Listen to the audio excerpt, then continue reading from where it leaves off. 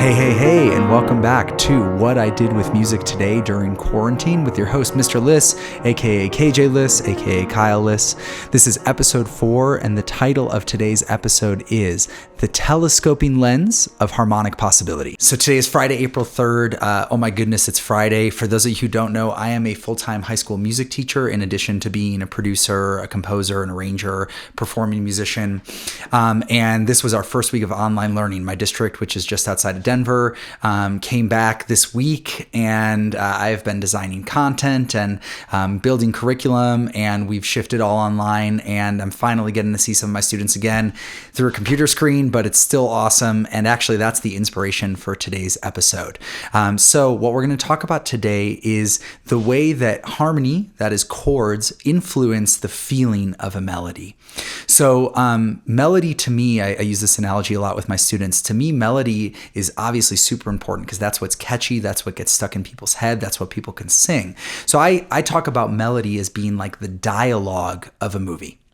And then harmony, the chord progression or the chord structure under that melody, that is like the plot of the movie.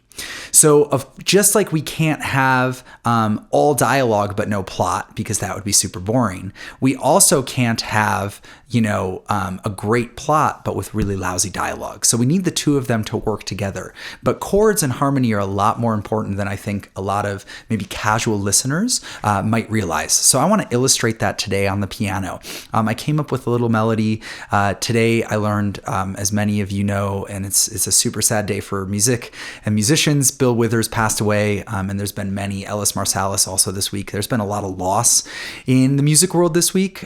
So the melody itself is going to be a little bit on the darker side, more minor side, but it's still a good vehicle to illustrate this concept, and I hope you get something out of this. So we're going to shift over to the piano. So here we are over at my keyboard. If you're curious, I'm going to be demoing on my Nord Stage 2 EX keyboard over here.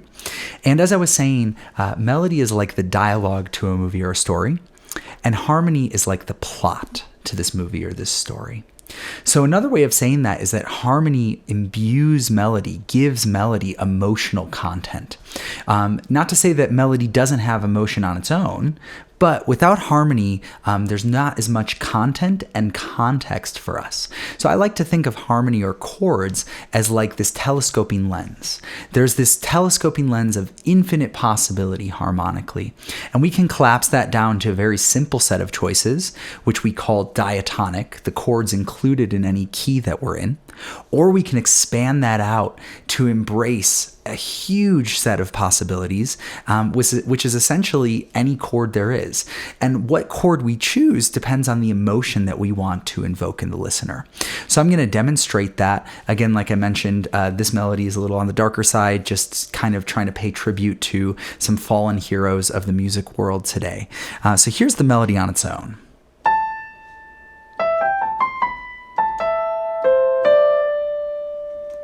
So on its own, that might not sound like that much, but when we put it together with harmony, we're going to imbue it with feeling. So again, on its own,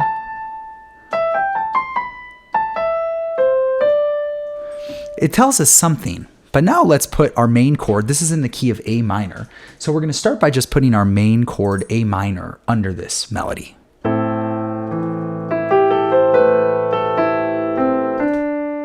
So already those additional notes, now we have a little more emotional context. So you can see that melody was kind of lonely, right, without the harmony, but we add that chord in and it sounds suddenly more full, first of all, but also it's telling us something more. It's giving us more emotion.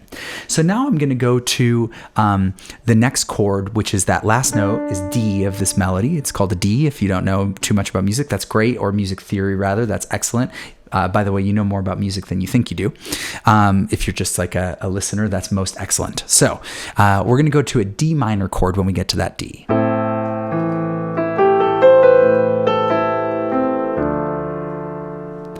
So that chord is kind of predictable, frankly. That was like the first thing that popped into my head as kind of a conventional place to go there. That's not where I might go if I was composing, but in kind of a standard chord progression, that D minor on that D in the melody would be a very expected place to go. I'll play it for you again.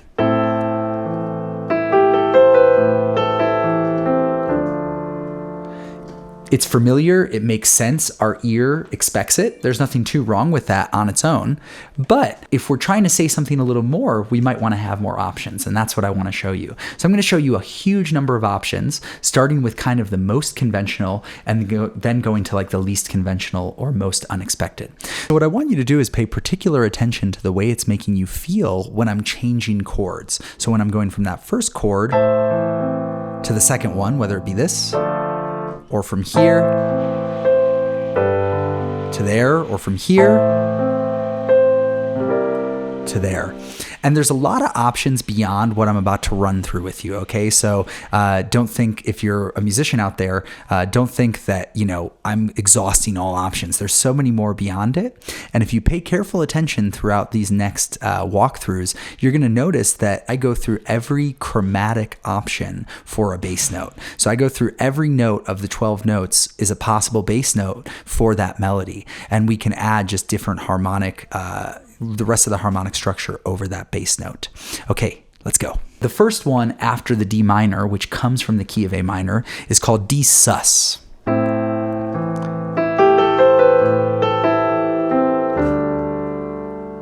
So now instead of this minor, darker chord, we have a sus, which is a little more questioning. It's a little more open-ended. It's not so complete.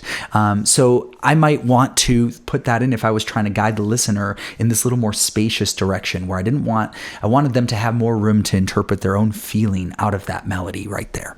The next one is called E dominant 7.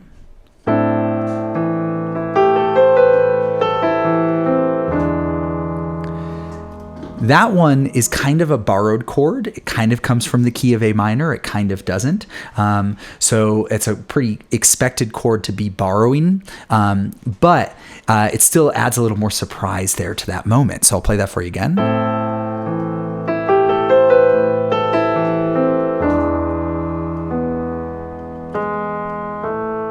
And it creates a really strong resolution, stronger than the D minor does on its own. The next one is going to be called F major 7.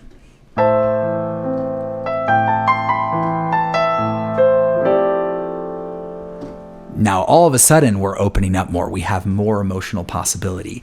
That was a less expected chord. I'm not sure if you could hear it. I'll play it again.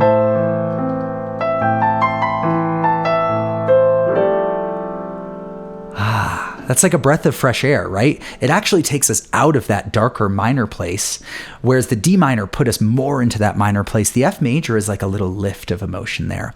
So there's all sorts of reasons I might use that as a composer, but I'm going to stop talking so much about my opinion, and I'm going to just start playing a little more quickly, and then I want you to make your own decisions emotionally about what these different chords are saying. Here's the next one. It's called C add 9.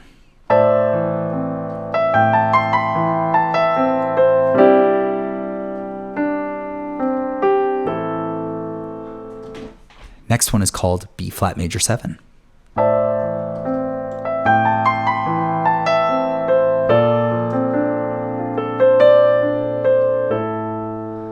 The next one is called G minor 7.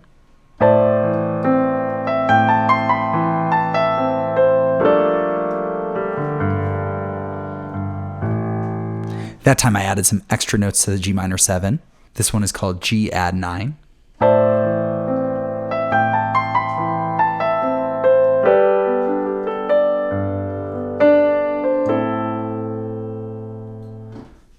Now we're going to get into some very interesting territory from here on out. This one is called E flat major 7.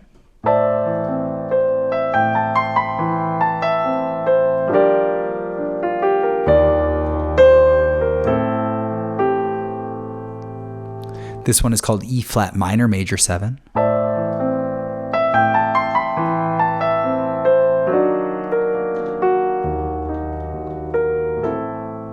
This one is called E flat diminished major 7.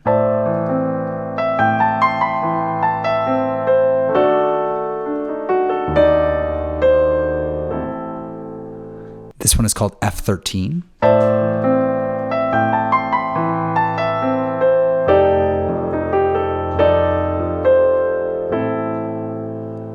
This one is called D9.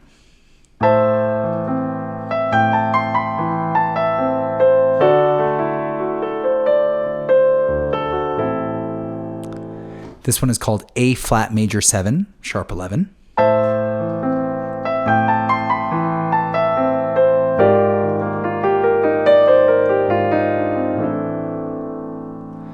This one is called G flat augmented.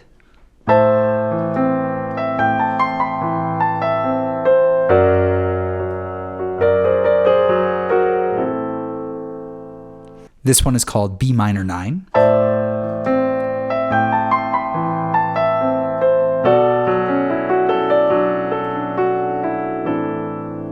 And last but not least, this one is called D flat major 7, flat 9.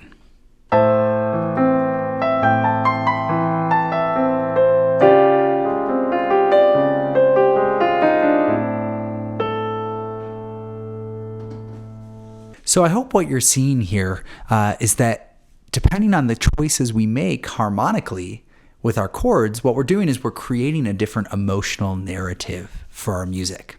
And in particular, we're creating different kinds of tension and release, right?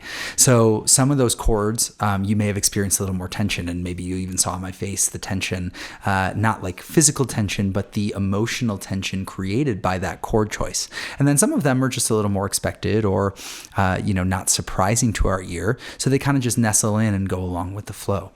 So again, the whole point of this is to give you some personal experience no matter what level you're at musically, whether you're consider yourself a listener. By the way, no one, like I said, kind of hinted at earlier, no one's a non-musician. We're all musicians. It's our birthright as humans. It's one of the most important things throughout human history.